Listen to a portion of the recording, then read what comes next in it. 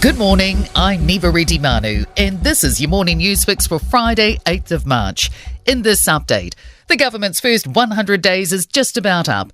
The coalition government set 49 tasks to complete. Almost all have been ticked off. Many of the actions were unpicking policies of the last government. Last on the list is setting major targets for the health system, and that's expected to be crossed off today. Former National Party Minister Maurice Williamson told Mike Hosking he loves what he's seen over the past 100 days. The biggest turnaround in New Zealand politics from the sort of woke virtue signalling of we're going to do this and done none of it. Plans to challenge TVNZ on its proposed job cuts from its union. The state-owned broadcaster will begin about consultation with affected staff today on its plans to cut 35 news roles and 33 other roles. Staff from Sunday, Fair Go, Tonight and Re-News are among those being called into meetings. ETU negotiation specialist Michael Wood represents around 160 TVNZ workers and is asking for more time and proper engagement around the proposal. It goes beyond individual employment situations. This goes to having a healthy media landscape in New Zealand, which is critical for our democracy and people being informed. A proactive approach from police after a string of recent robberies at Auckland petrol stations has been welcomed. Officers carried out 94 prevention visits to Auckland forecourts on Wednesday night and will continue to carry out patrols. Retail NZ Chief Executive Carolyn Young says this will be appreciated by service stations who may be wondering who or what might be next. I think that's a really great start. Do they have the resources to sustain that sort of level of visibility across the whole retail sector?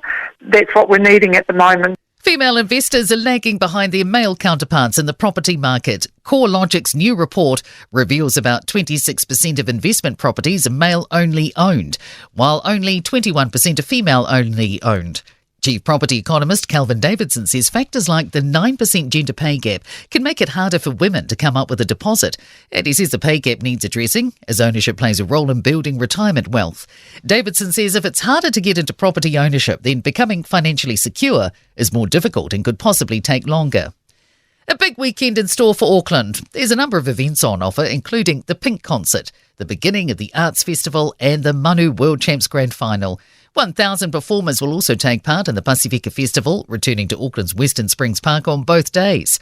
Auckland Unlimited head of major events Chris Simpson says they're really trying to build and grow events in the city. The big international act of Pink coming at this time of year is fantastic. But the likes of Pasifika, we see these events as becoming anchor events that actually become internationally synonymous with Auckland. In sport, a Red Bull staffer who accused team principal Christian Horner of inappropriate and controlling behaviour has been suspended by the Formula One team. Black Caps Test cricket captain Tim Southee accepts pressure is building on his role as a pace bowler and ultimately leader of the national side. He's taken 4 wickets at an average of 80.25 in the home summer, heading into the second test against Australia starting this morning in Christchurch. Finally, the Canberra Raiders have opened their NRL League season with a 28-12 road win over the Knights at Newcastle. I'm Nivareti Manu, and that's your latest news fix. We'll be back with the next update at midday from the Newstalk ZB newsroom.